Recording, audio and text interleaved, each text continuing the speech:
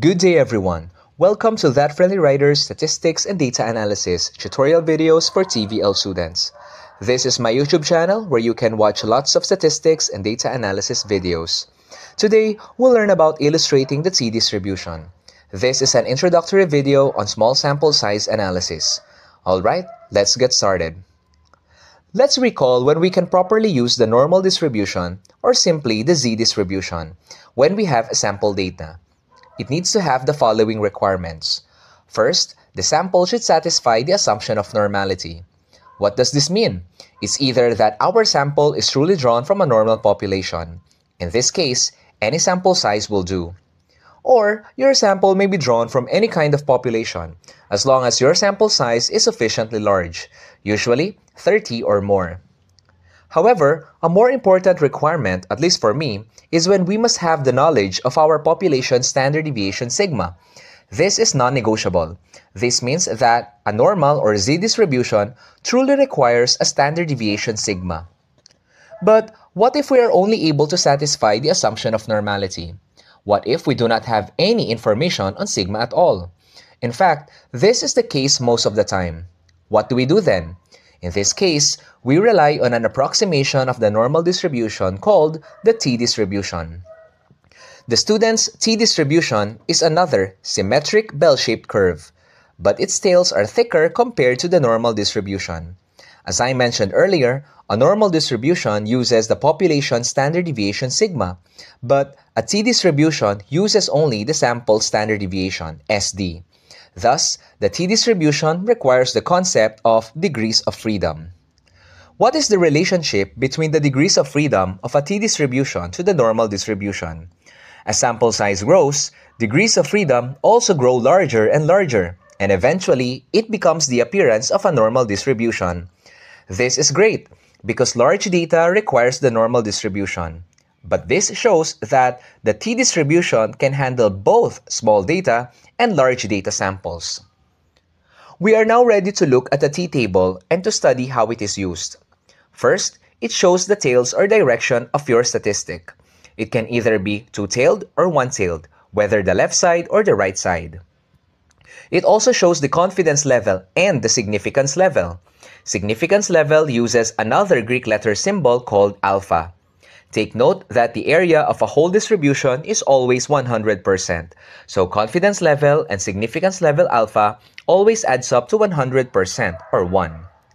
Most importantly, the body of the t-table shows all the critical values for every small sample sizes, using the degrees of freedom. Let's have a specific example. Let us illustrate a t-distribution with the following details. One-tailed, on the right side, 95% confidence level, and a sample size of n equals 14. We draw first the t-curve and shade the right tail since we have a one-tailed distribution concentrated at the right side.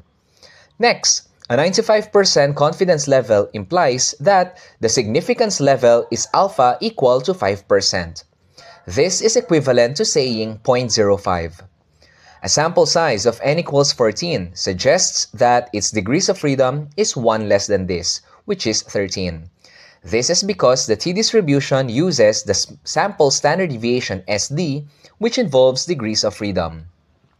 Finally, we look for the critical value.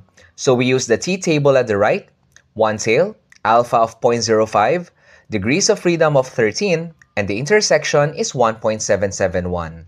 This is the critical value. Hence, this is our illustration. How about a second example? Pause this video to try this out for yourself. Alright, this is a two-tailed drawing. A 95% confidence level shows a significance level alpha of 5% or 0.05. Now, this alpha here represents both tails already. So, if we want to get the area of each tail only, that's equivalent to 2.5% each. Next is degrees of freedom. A sample of size n equals 9 means that there are 8 degrees of freedom. What is the critical value? Did you see it?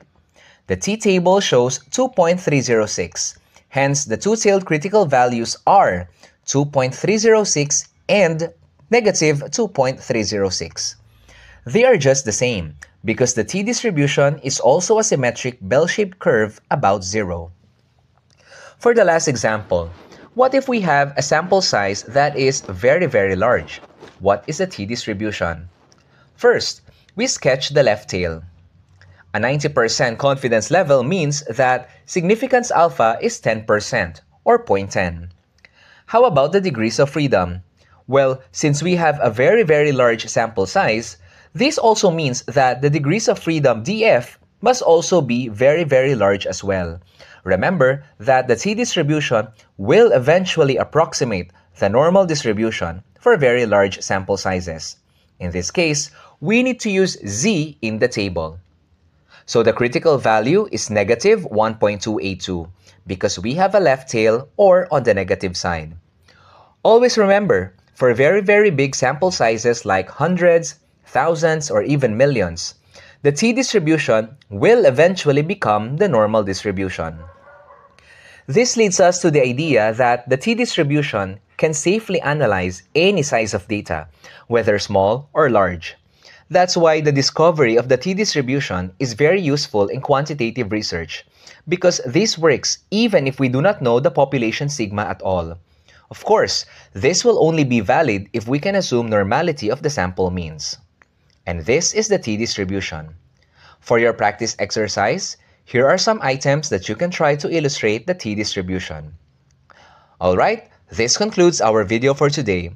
Hope you learned something new, and have a friendly day!